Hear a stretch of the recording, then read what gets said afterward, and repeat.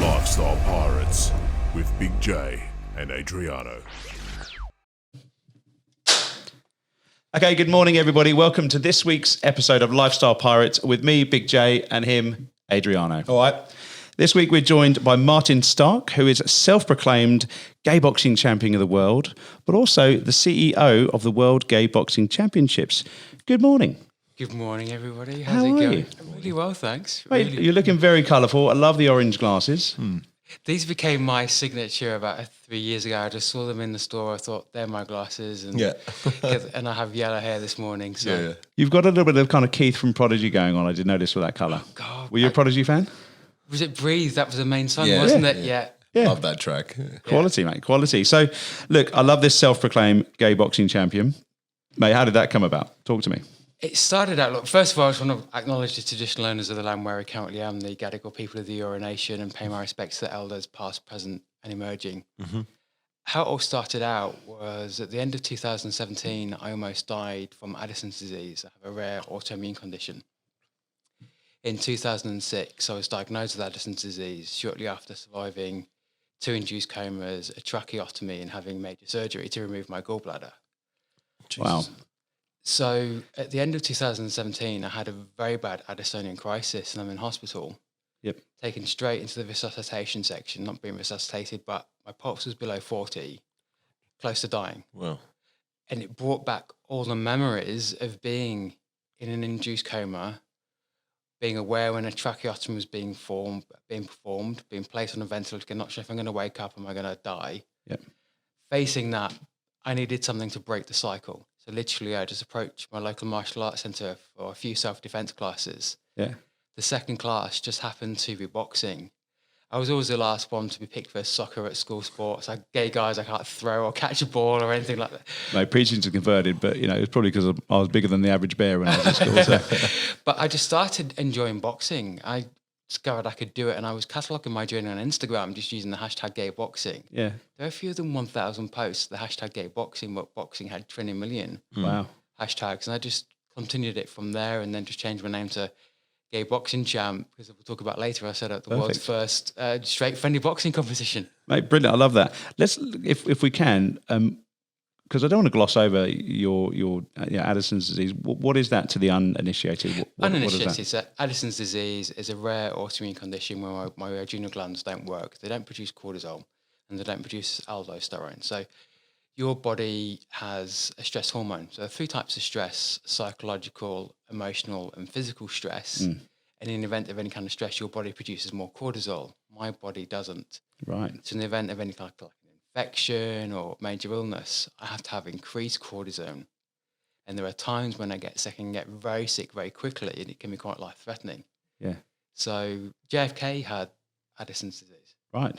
You know, probably one of the greatest presidents the US has ever had Addison's disease and became, you know, the president of the USA. So I've always had this hashtag about, you know, living life to the max, being courageous. Because you have something, don't let it stop you from enjoying life. So, Oh, 100%. Great outlook. And is this like a hereditary thing, or did it just creep up on you? it crept up. I probably had it for a few years before I was diagnosed. It's Right. an autoimmune condition, so your body kind of attacks itself. Right.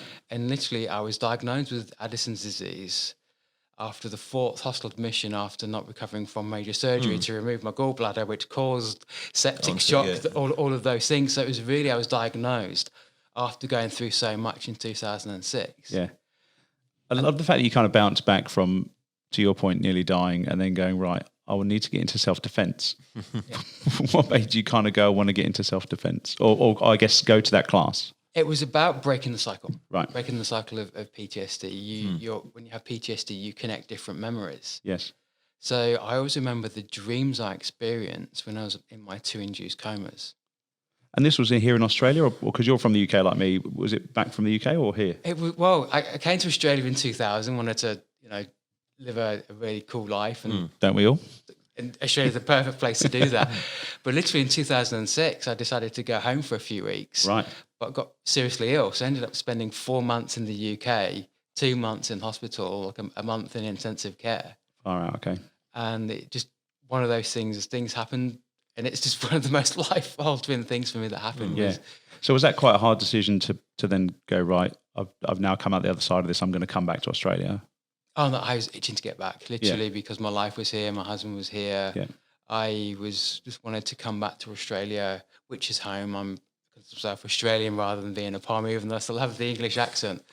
But wanted to come here and also wanted to be treated here because we're so lucky to have a great medical system in this country. And NHS is fantastic, don't get me wrong, but I just think Australia does it better when it comes to like chronic healthcare. And yeah, I've got to ask because I'm a Pom. Where are you from in the UK? Originally from Lincolnshire, small town called Grimsby. But yeah, okay, very good, very good. So is Addison's disease something that's curable?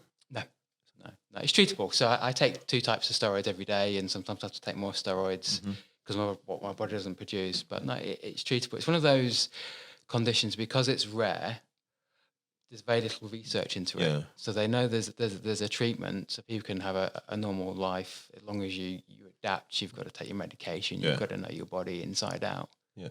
But if it were like 1 in every 10 people had Addison's disease, there would have been more. Like you think about the vaccines we've had. There's been so much effort into the vaccine within less than 12 months. So I'm sure there would have been possibly a cure for Addison's disease had it been more people having Addison's disease. But luckily we have treatment. Yeah. Sorry to cut you off, John. That's right. I was going to go on my kind of UK nostalgia journey, so that's okay. That's okay. Probably bored people as well. No. Please bring it back.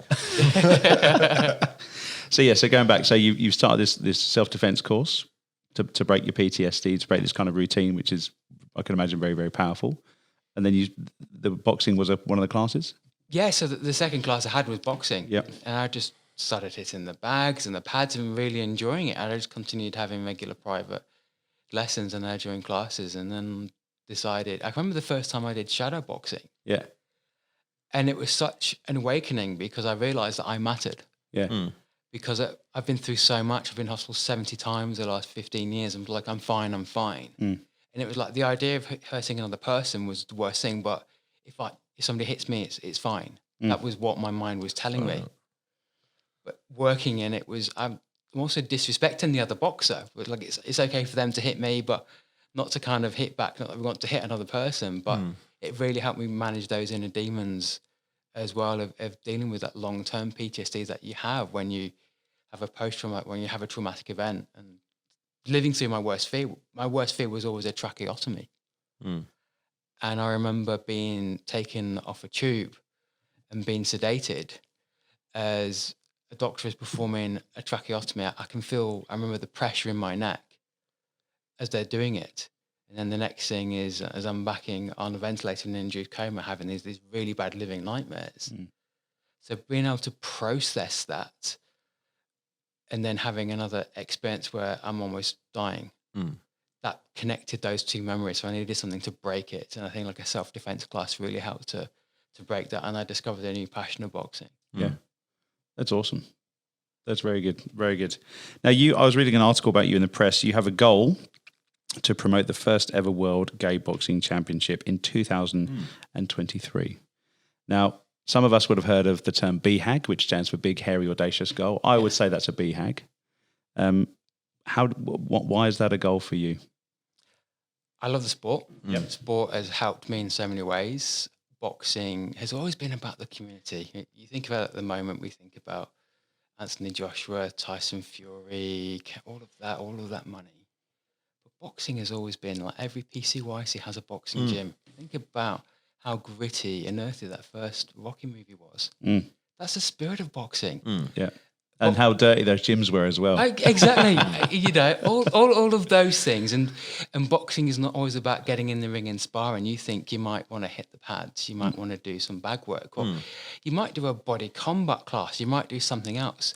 It's a great form of exercise. And I think with kind of boxing, in some ways, has always been about that, but it has been about that for the last few years. It's about the big stars. It's always been about the big stars. But where do the next big stars come through? Through the grassroots, through the amateurs. So I want to bring boxing back to its roots, but also bring the LGBTQI plus community into boxing. Lesbians, bisexual women have made great inroads into boxing. Christy Martin helped legitimize women's boxing. She was the first female boxer to be represented by Don King, appeared on the same fight card as Mike Tyson. She recently recorded a video for the World Gay Boxing Championships. Christy Martin survived a murder attempt by her husband. He shot her. She survived. She has now set up a not-for-profit organisation to help people through family and domestic violence. She's married a wife. She's happy. So you think what her fight has been and what boxing has given her. You think what other boxers have achieved. Like Michael Parkinson going up to the UK, great interviewer. Watch those Muhammad Ali, Michael Parkinson interviews from the 1970s. What message he was giving. It's been about the sport bringing people together. It's about the communities. And for me, I always thought boxing was barbaric. It was like boxing was like, you think being a kid, if you'd gone to like one of the top private schools in the UK, you probably would have been thrown in the ring and I would have hated it. But now I have so much respect for the sport. I want to give back. Yeah. Can I play devil's advocate? Because I agree with everything you said from the community side. Why the need for a World Gay Boxing Championship when I guess boxing's on the map already? You mentioned Tyson Fury, Muhammad Ali, Mike Tyson. There's lots and lots. Women are getting a lot of UFC, I guess, presence as well and making names for themselves. Why the need, I guess, to have the gay piece and the LGBTQI attached to that? There's or separate from that in some respects. Two answers to that question. First, there's still incredible amounts of homophobia, transphobia, biphobia, interphobia in sport. A study in 2019, 5,500 participants in 28 European countries. 90% of LGBTQ people considered homophobia, transphobia, etc. a problem in sport. Wow. Gay men participate in sport at half the rate of straight men and are 5 more times likely to attempt suicide. Another study, 75% of people have actually witnessed homophobia in sport. So there's still a lot of hate out there. Yeah. And I think the onus seems to be on like the professional athlete to come out. So if I'm a closeted gay boxer and I'm going to be fighting for like a WBA, WBC title, I'm going to stay in the closet probably because am I going to have to deal with all of the homophobia being called a fag, a puff and everything. It's a lot for one person to have to deal with. Yeah. And I say we're a straight-friendly organisation because inclusion has got to mean all of our allies. It's got to bring everybody together because the reason I set up the organisation to no longer exist, that we don't have the hatred in sport. We don't have the racism in sport. If you think about the other weekend, how the FA clubs, BT Sport, Sky Sports, they had a 4-day break from social media because of racism. In the 2019-20 FA Premier League season, homophobic reported incidents increased by 93%, racism by 53%. But we've been talking about this for decades. So there still needs to be safety, psychological and physical safety for everybody and the LGBTQI plus community. But yeah, so okay, that's a great answer, and so I can process it. So you're raising awareness. So you're not kind of segregating, but you're actually raising awareness to provide other gay boxers and part of that community to be part of a community, to then actually provide a bigger safe space to educate the non-initiated and I guess educated from that side. And it's also when I say straight friendly because we want straight people to participate, feel welcome as well. And I talk about disrupting. So disrupting the homophobia. Let's replace fear. Let's replace hate with trust and respect. And the best way is through inclusion and participation. There's never been an event like this. So let's create the first event. Let's get more people involved. There will always be affinity sport. The Gay Games has been going for almost 40 years. Yeah. People will always want to have LGBTQ sporting events, LGBT sporting teams. But let's create a pathway for people to join boxing and feel the sport welcomes them, because the sport does welcome them, especially the leadership in this country. Yeah. Hey, brilliant. And I was reading another article where you came over from the UK and it was actually in time for the Olympics, where you went to see Ian Thorpe, and he's a bit of a hero for you, from what I understand. I think Ian Thorpe is just amazing. Yeah. I mean, I remember going to watch swimming on the first night of the Olympics and watching him win 400 metre gold and then winning the 4x100 metre freestyle relay.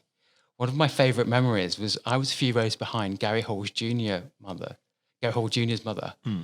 And as he dived in, he was the last relay swimmer for the American team. she said, "We've got it now." And then here's Ian Thorpe winning the gold medal for Australia. And then he wins another gold medal. I think it was in the 4x200 meter freestyle relay. Went to Athens and won 2 more gold medals. He's been this amazing ambassador for the sport.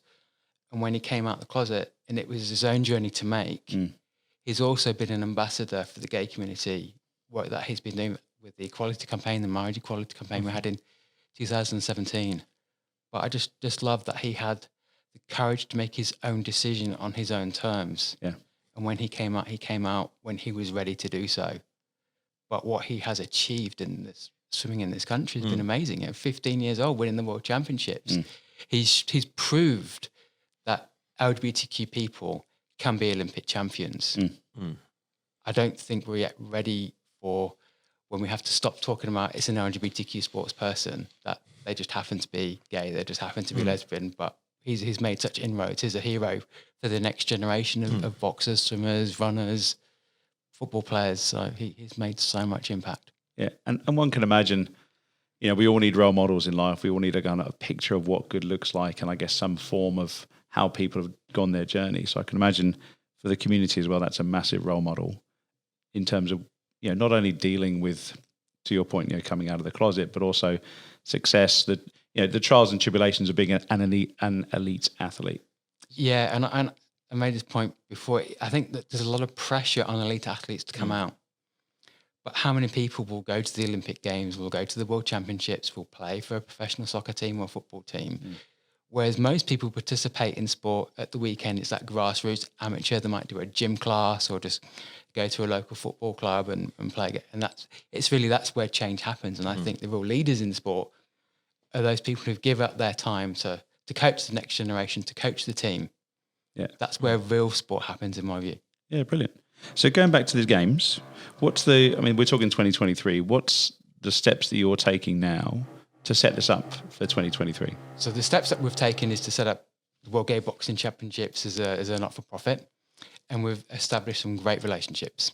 So I approached Boxing Australia and Boxing New South Wales to see if they would support us. So they've said they're going to support us. They're helping us, providing institutional support, guiding us on the program, what we would need to do. So a lot of the judges and referees will be from Boxing New South Wales, and we've been focusing on raising awareness. So as of this morning, we have 75 people kind of registered their interest to participate in the championships. Wow, 75. 75. And is this New South Wales centric, or is this across Australia-wide? Across the world. Across the world? Yeah. Okay. So the next step for us is now we're working on our project plan and our business plan to get it fully costed. This is what it's going to cost us to go and do that, and then to try and get sponsorship and people involved and having more of those commercial conversations. But it's been about raising awareness, building relationships. I mean, I've had a letter of support from the president of the World Boxing Association, email from the World Boxing Organization, the World Boxing Council. The president recorded a video about inclusion and diversity. I've had a great conversation with the president of the International Boxing Organization. He came back with a beautiful email. The owner of Gleason's Gym, the most iconic boxing gym in the world, where Muhammad Ali trained before he won his fight, has recorded a beautiful video from Jill Diamond, the president of WBC Cares, International Secretary of the WBC. So the leadership in boxing, getting statements of support is so impactful. Yeah. And that must give you confidence that you're on the right path, that you're doing the right thing, that people are backing you and they're aligned with your vision as well. Yeah. That you're not out there on your own, which must just help you move forward. I've been amazed at the level of support. There's still a lot of hate out there, don't get me wrong, but it's about changing hearts and minds. And if you're in the closet, you're fearful, if at least there is a safe space where you can go and train and be yourself, you're more likely to start boxing, go to the gym, do something else, and follow your dreams. But it's been thousands of hours of emailing, calling. The best thing is your mobile phone, communicate, and you'll have a computer. That's how it all started, from a $300 computer in my bedroom and a mobile phone. So what does that so let's to have that conversation, because I mean it takes courage to pick up the phone and have these conversations. Well, who are you calling? Who are you talking to? And what's their initial reaction? So I guess once you've got your, if you like, your pitch, if we can put it that way, out the way, what's your kind of initial, hi, I'm Martin. Do you introduce yourself as self-proclaimed gay boxing champion, or do you introduce yourself in terms of your ideas? Like, how does that conversation go? So I think the first thing is really to be very clear and communicate your purpose and vision. So this all started out with me, mainly on LinkedIn, sharing this is what I'm doing, cataloguing my own journey with an idea. Yeah. And when you're very clear, very courageous in what you're doing, you start attracting people who want to help, people who are involved in the sport. So the first thing was establishing a not-for-profit, have a great board. My lawyer, Flavia D'Souza, she helped set up the constitution, registered as a not-for-profit. Yep. We have people who've worked in the corporate world who can help with the finance side, operations, marketing. So it's about having a solid team behind you. Yep. And then when you're reaching out to people, you link, what are they about? Because it can't stop with me. There's that question is what's in it for them. Yeah, correct. So most of the organisations that you approach will say, we want to expand participation in the sport, or we want to do this. So, hey, we're doing this. Will you support us? This is what we're about. This is how we can help you. But it's having the courage to send an email to a journalist. Would you write a story? I've noticed you've written about this. And most people won't respond. So you have to keep going. It's almost being relentless in your communication. But we're being very positive, being very respectful. Just reaching out. You've worked on this, and I know you're about this. I talk about walking the walk with diversity, equity, and inclusion because there's a lot of superficial statements. So next month is Pride Month. So we're going to see the rainbow flag everywhere. I was appointed a Pride Inclusion Advocate by Pride Life magazine in the UK because I call this stuff out. If you really mean it, do you really mean it? An example would be the Equality Act in America. So a lot of corporations in America say they want the Equality Act to be passed. Well, are you donating to politicians who are against the Equality Act, who are homophobic? Yeah. Well, if you are, then why are you saying you're for the Equality Act? Or are you going to give money to an organisation that wants to ban gay kids from participating in sport? Or do you help us all year round when it matters? So you want to partner with people that walk the walk, talk the talk, and have a bit of a plan in place for themselves on how you can help them, but vice versa too. Absolutely. It's got to be the partnership. It's got to be the relationship. The global purchasing power of the LGBTQI plus community is $3.7 trillion US dollars. Yeah. Now, we grew up in the UK, Marks and Spencer's. Yep. God, I miss that place. Well, a couple of years ago, they did this marketing gimmick, and it was like the LGBT sandwich. It was like lettuce, guacamole, bacon and tomato. And I think they gave £10,000 to some LGBTQ charities. That's pretty standard over here in Australia. Why was that LGBT? I don't know, but it would cause such a furore. It's very polarising. Yeah, okay. I think Marks and Spencer's, you could have done a bit better than that. Or at least give for every sandwich you sell, you give like £1. It was like I said, but it was even made it on Piers Morgan, Good Morning Britain. So you think something like that, publicity for Marks and Spencer's, but really the message should be, we're here to support the community. And by doing that, people will reward brands because we will have a social conscience. We want to support those small businesses that really walk the walk and make an impact, not just those who just want to sell to us because it's the flavour of the month. Yeah. You've mentioned haters quite a few times, and I want to get on to that because I think that's probably one of the challenges for a lot of people in your situation and in the community. First of all, though, I was on your Instagram this morning and I was listening and watching some videos from Kelly Maloney. Yeah.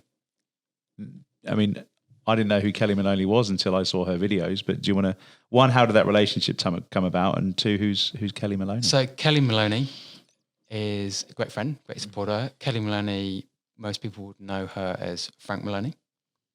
Lennox Lewis's former manager. Lennox Lewis, the unified heavyweight champion of the world. Yeah. Kelly Maloney is a proud trans woman. Yeah. She contacted the World Gay Boxing Championships about 6 months ago. She just heard about us. So she's been offering her support. That's awesome. She's Okay. offered to train the UK team. So she has been in the press because obviously being a trans woman. So I think the Sun were hounding her or about coming out. But she's just a great ambassador for the sport.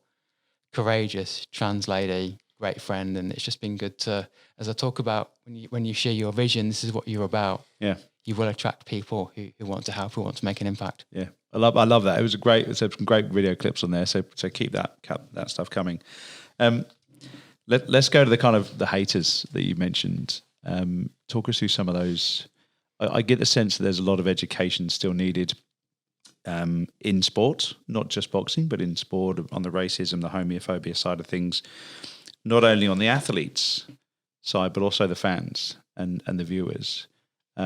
We'll certainly come to that, but what have you experienced in your journey? So in my journey, I mean, I don't spend a lot of time on Instagram and Facebook. I'm mainly on LinkedIn. And I can remember when I first talking about gay boxing, and there was this guy who was saying I was injecting the gay agenda into sport.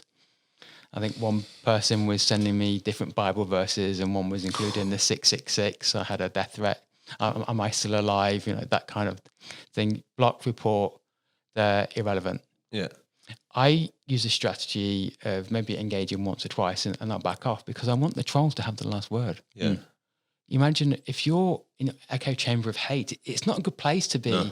That hateful thing, and you may change. I think that the best example was Out Magazine had posted an article, and they posted it on Facebook, and there was a guy who was like making comments about this person and in this article about out.com, and we were exchanging.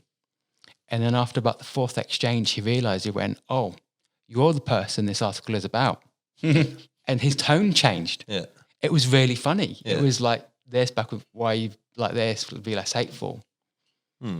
But he backed away when he realized the person who was bullying or trying to bully was speaking with him directly and was engaging with him. And his tone changed. And my thing is, why are you going on an out.com Facebook page looking at articles about this? So, Sorry, what's out.com? Out.com is a big LGBTQ journal, big magazine, and Because I read the article, but I didn't know if it was just a broad brush community piece or okay, right? yeah. Right. Okay. So sorry, mate. Go on. So with that, like obviously you're going to get haters coming across because there is a boxing community already, and having a sort of another branch saying the gay boxing community now, isn't that sort of counterintuitive? It's segregating the two already. So I understand what you're saying in terms of spreading awareness and stuff like that, but there shouldn't be a difference. I agree, there shouldn't be, but we're not yet in a stage where we don't yet need to have safe spaces where we can feel welcome, not be harassed. So, I said, we're straight friendly because we want the straight and allied community to be involved.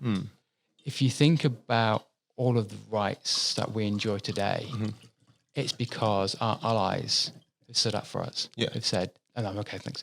You think about marriage equality debate we had in this country, 62% of Australians voted yes. Think about your friends, your family, your cousins, your colleagues. We're all one community. But when you have to have your own journey when you come out, we talk about things being heteronormative. You know, when you have children, do you think your son, daughter, your child is going to be gay, lesbian? But people grow up in a world where people expect you to be straight. We never stop coming out of the closet. Every single day you tell somebody about you. Yeah. So there's always been that sense of fear of coming out. So then when you go to a gym, are you going to be accepted? Is it going to be safe? Or do you go to a gym where it's like a very accepting, welcoming environment? We're not there yet. That's why we still need to have those separate events, but make those events inclusive. Gay Games has been going for 40 years and it's always been open to straight people. But boxing in this country, particularly boxing, Australian boxing, New South Wales, has been great leadership, helping us write the boxing program, issue a press statement saying we're going to welcome and help organise the world's first World Gay Boxing Championships. You think about how many statements sporting organisations have made. We stand against racism. We stand against homophobia. What have you done about it? And I would say that the president of Boxing New South Wales is one of my closest friends. You know, we'll help you create a program. We'll help you run the event. We'll help you organise the event. So I would argue boxing in this country is actually demonstrating real leadership in driving inclusion, not just LGBTQI plus inclusion, but wider inclusion and boxing in the sport. Because at the end of the day, it's just about boxing. But getting more people involved in the sport, enjoying the sport. So we don't need to have a separate competition. There'll always be people who want those affinity events, but I don't want to have this conversation in 5 years' time or 10 years' time. Think about, if you Google search gay boxing, it won't take you long to find some very deeply homophobic remarks made by some of the biggest stars in the sport. So, Really? So if you think about what Tyson Fury may have said, what Manny Pacquiao may have said, and you want to be involved in the Manny sport. Pacquiao's very religious. So, I'm sure you could have some views. Yeah. But people of faith often are the ones who actually speak out against hatred. Some of the biggest allies are people who have faith. But it's like when Israel Folau was doing all of his things on Instagram, if you're a gay, you think, I want to play rugby, you're 14, 15, you're gay, and then you think, oh yeah, we agree with what Israel Folau says, you're going to stay in the closet. Yeah. And that goes back to the role model piece as well. Yeah. I mean, I think we had a good friend of mine, Scott Duncombe, on a few weeks ago, who is a funeral director, but is, he's gay. And he was talking about a lot of his clients, if I can put it that way, are a lot in the LGBTQI community as well, because his whole piece is trying to disrupt the funeral industry. And obviously, if you're part of that community, some people don't feel comfortable having their ceremony, end of life ceremony, celebration of life ceremony in a church because of obviously the religious side of things as well. So he's seeing that trend there as well.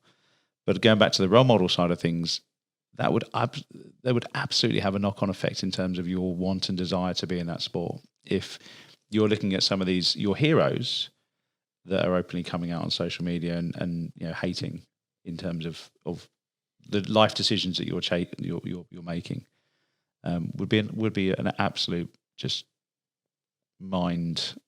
Where do you go? What do you do? So this is where you're going to have the courage to be yourself and do things for yourself. Can I ask, when did you come out? 2002, when I was 27. When you were 27. And so were you in Australia or the UK? I was in Australia. Right, okay. Can I ask, because one of my observations being in the UK and over Australia, there's definitely a ready-made community here. And I've only been here 11 years, but you've got the Mardi Gras, you've got the Gay Pride, all of that kind of stuff. It definitely seems like there's something here in Australia than more in the UK. And it might just be my stage of life where I wasn't aware of it when I was in the UK. Did you feel safer coming out? I think because I didn't grow up in a big city, so I knew Sydney was a very gay-friendly city, and I wanted to enjoy life and spend my life. I love this country, consider myself Australian. I've been here a couple of times before I decided to migrate over here. Yeah. Growing up in the UK, the late 1980s, I think the biggest soap opera, especially in the Midlands as well.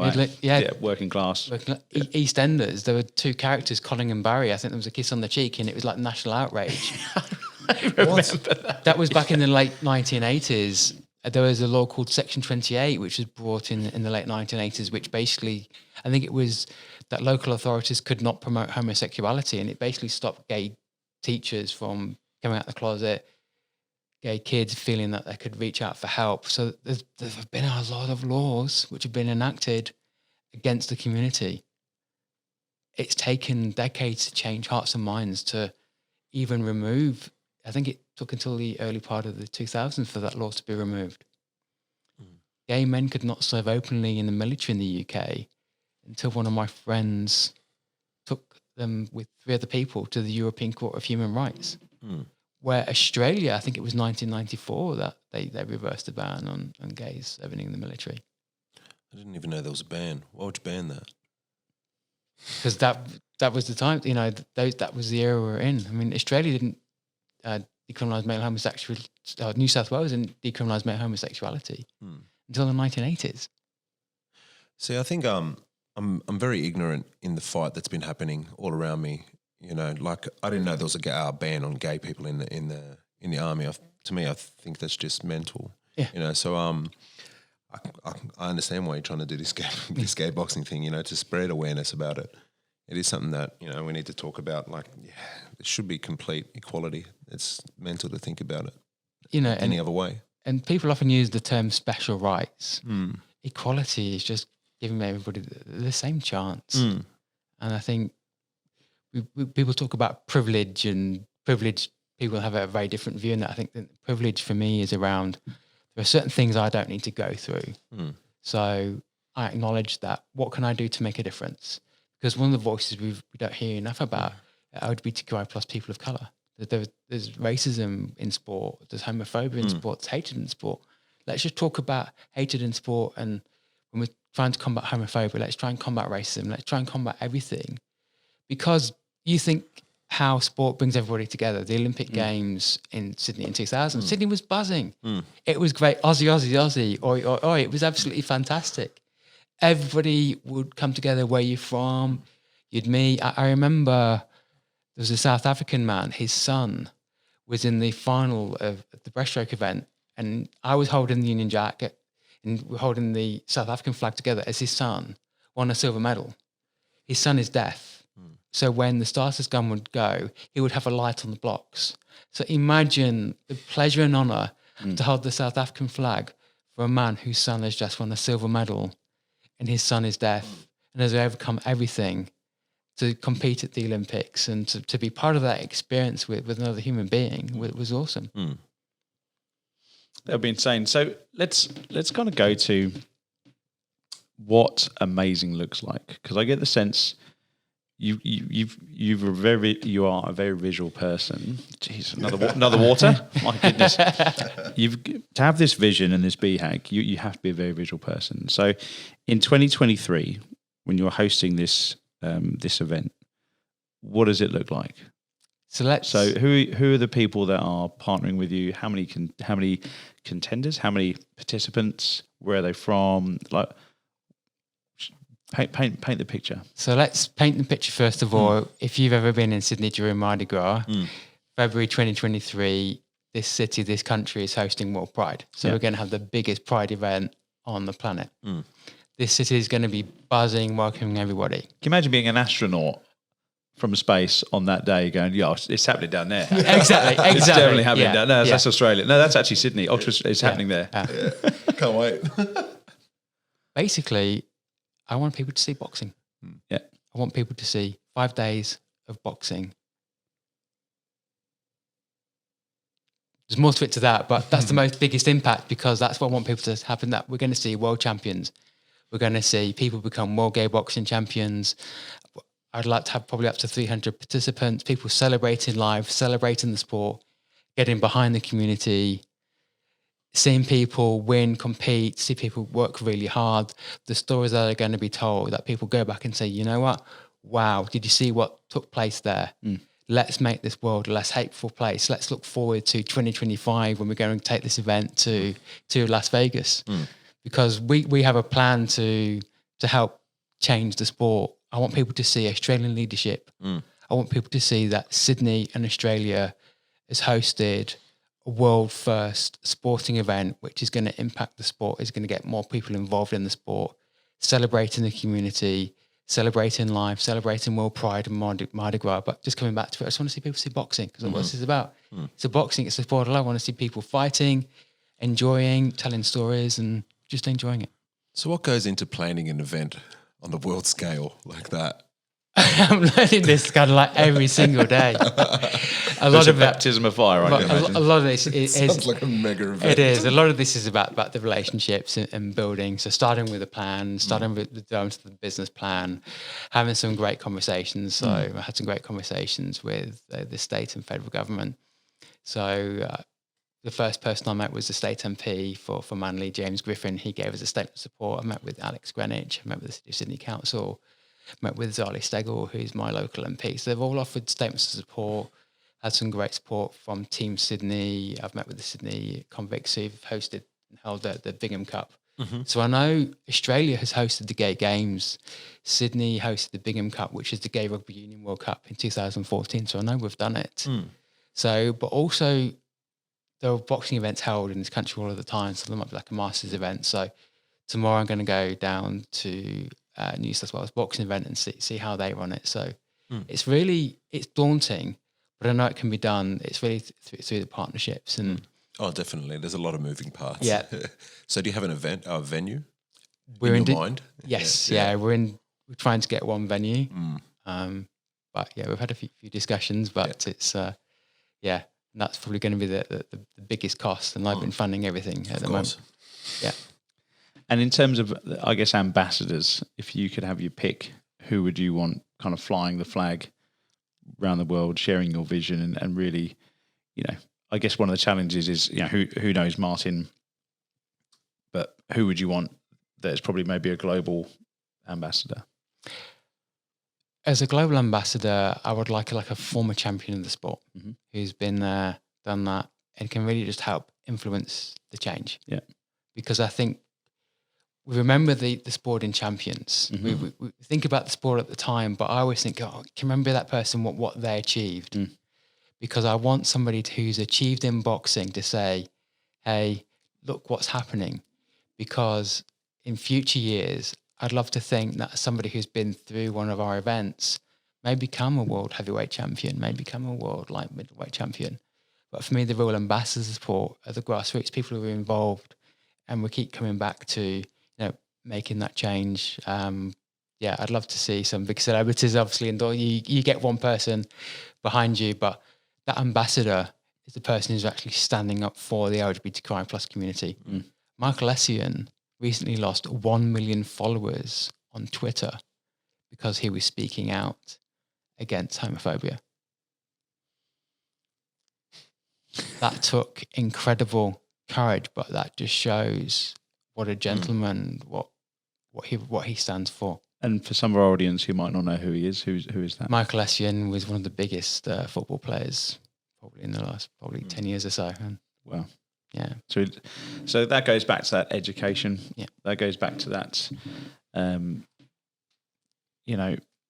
just kind of almost catching up with the times.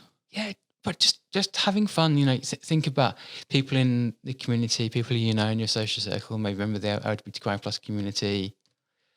What is your message to them? Are you a good friend? Are you an ally? When somebody tells you they're gay, the next thing is they're waiting for your reaction. Do you accept them? Do you reject them?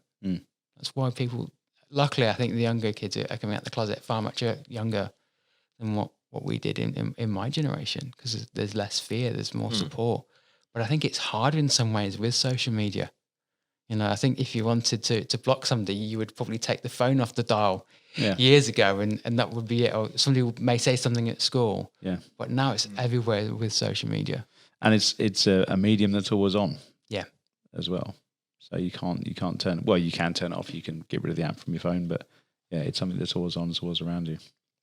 Yeah, insane. So you mentioned about the rugby side of things.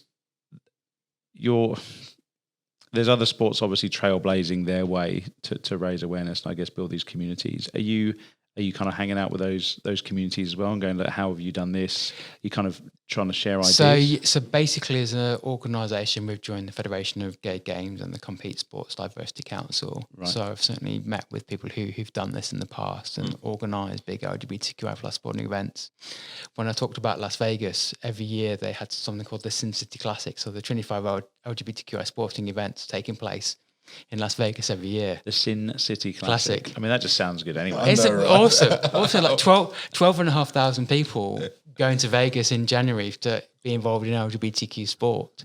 So we want to go in there for 2025. I always just say Vegas is the home of boxing. So imagine taking our event to Las Vegas, which is held great boxing events. So I can't wait for Sydney to set the standard for inclusive boxing. I think it's great.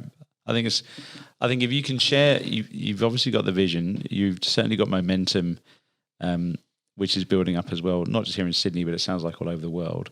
I mean, look, what are you doing day to day? You must be training as well yourself, and I'm training. I have my first fight, mini ambassador, on the 26th of June at Luna Park. So I'm going through the corporate fighter program. Yeah. Okay. So how are you feeling about that? Can't wait. Really looking forward to my first fight. Have you been punched yet? Inspiring, yes. Yeah. How'd you feel after that?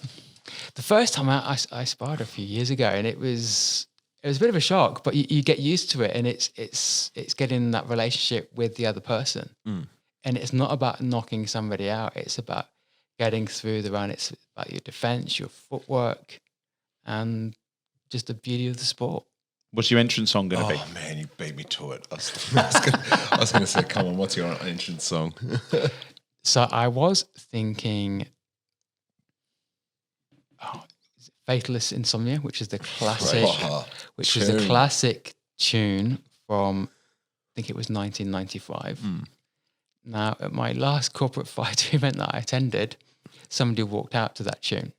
So I have to find something different.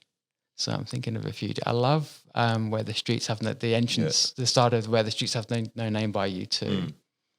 But the intro to that's lovely. Yeah. So I'll have to ponder. I want something which hasn't been played before because I like to be an individual and not always follow the crowd. Of course, you can tell that from your hair and your orange glasses on that side of things. And have you got? Are you kind of flying the flag and the message within the corporate fighter program as well? Yeah. So people are very supportive there. Very supportive. I'm very, very appreciative to Josh and everybody at Corporate Fighter because it's a great fundraising event for us as well. They do great awareness for Beyond Blue, but they're helping us raise money for the World Gay Boxing Championships. Yeah, brilliant. So if anybody wants to support us, go on worldgayboxingchampionships.org and there's a link to make a tax-deductible donation through the Australian Sports Foundation. Yeah, we'll put a link in the description as well. Brilliant, thank you. So what are some of the messages, I'm conscious of your time as well because we are Saturday morning here. What are some of the messages you want to give to people that are perhaps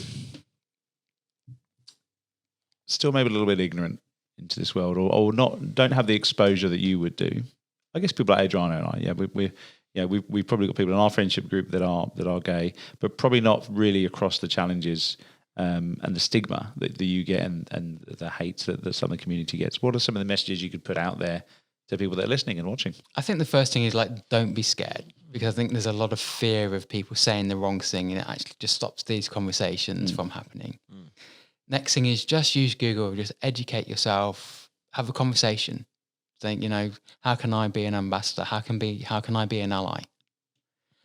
Also, if you hear somebody making a homophobic or racist remark and you're able to do something about it, say, don't say that, don't do that. That makes a difference because that really changes the hearts and minds. But be part of the community, celebrate, have fun, invite us to your parties and come along to what we're doing. Let's help disrupt hatred through being good mates. That's all it comes down to. One thing I love about Australia is how we catch up with friends for coffee, you go for brekkie. Oh, any excuse, go for a coffee. Any excuse. Or a beer. Or a beer. I remember being in Los Angeles a few years ago, ordering a flat white, and there's no way I'm drinking that because the way it was made. And then everybody was talking about how I think the table was fancy, like avocado on toast. And you don't even know about the urban myth about smashed avocado on toast in Australia, but they're making a flat white, a classic Australian coffee in the wrong way, and on the menu is avocado on toast. My goodness, you'd be outraged by what you're serving here compared to what we have in this country. Oh, I remember going home for the first time after being here for a couple of years and was amazed that people didn't go out for breakfast. Yeah. That was... Why, is that not a thing? Well, it wasn't years ago, but obviously it's a massive thing here. What's the coffee quality like in the UK? Not good. Really? It's not good. It's quite shite in Italy as well. How can it be rubbish in Italy? To be honest, Didn't you guys invent for coffee? me, I just have no. Espresso for me only, right? So you have it at the bar, it's €1. If you come up to the bar and you get served there, it's €1. You smash. It's like a utility. You go there, you smash it, you walk off. But they don't have fancy milk coffees like they do here.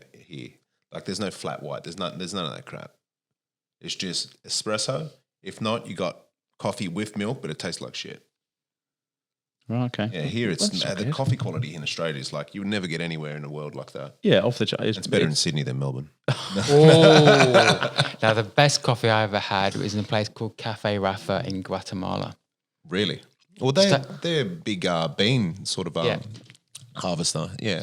I can remember being in Guatemala that said, we can offer you a tour of a coffee plantation. We make coffee for Starbucks.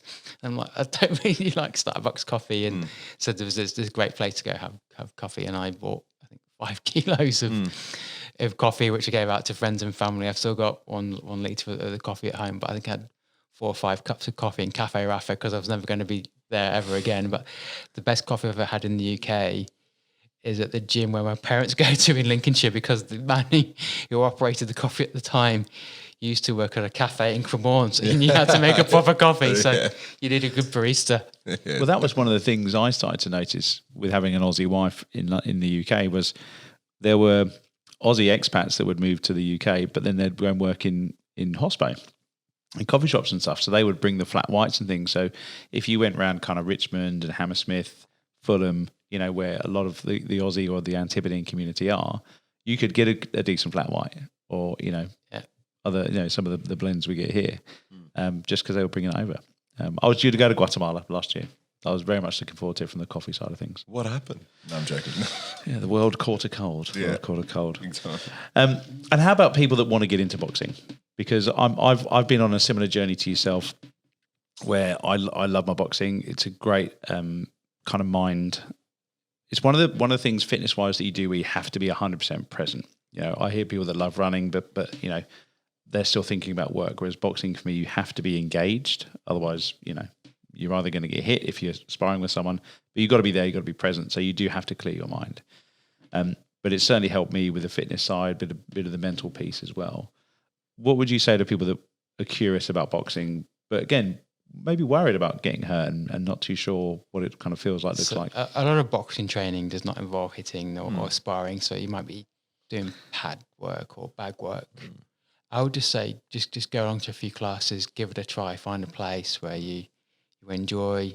If that gym doesn't work for you, try a few different places, and if you want to, maybe start with a coach and work from there. But just try it and enjoy it, because if you're not enjoying it, you're really not going to get much out of it. It's a great sport. There are lots of things online on YouTube, but just start by just going to a local boxing gym or just going to a few classes. Yeah. Awesome. And I'm assuming you take the glasses off when you're in the boxing. I do. I wear a head guard and mouth guard, and for us, safety is absolutely paramount. It's the most important thing is around safety in sport. Excellent. Now, mate, we're going to wrap things up, but I'm going to ask my question. So you have a table booked for 4 people for dinner. You can invite 3 guests. Who would they be and why? I would invite Muhammad Ali, first of all, to say thank you. Second person I would invite is a person who wins like the World Gay Boxing Championship male heavyweight, to say you're both champions in the sport. And the third person... So we've got a forward-dated dinner. I love this. Yeah, love this. Then the third person I would invite would be Kelly Maloney, saying Kelly has represented the unified world heavyweight champion. The 3 of us, or the 4 of us, are going to have a great conversation about boxing. Brilliant. Awesome. That sounds like a bloody good dinner. Why would you thank Muhammad Ali out of interest? Because he did more for the sport than just being a champion. He really just opened the doors. He spoke out. He spoke out against racism. He spoke out against whether you agreed with him about the Vietnam War. He just spoke out and became an advocate for the sport. And that's what sport does. It brings people together. Sport has always been has had a social justice element.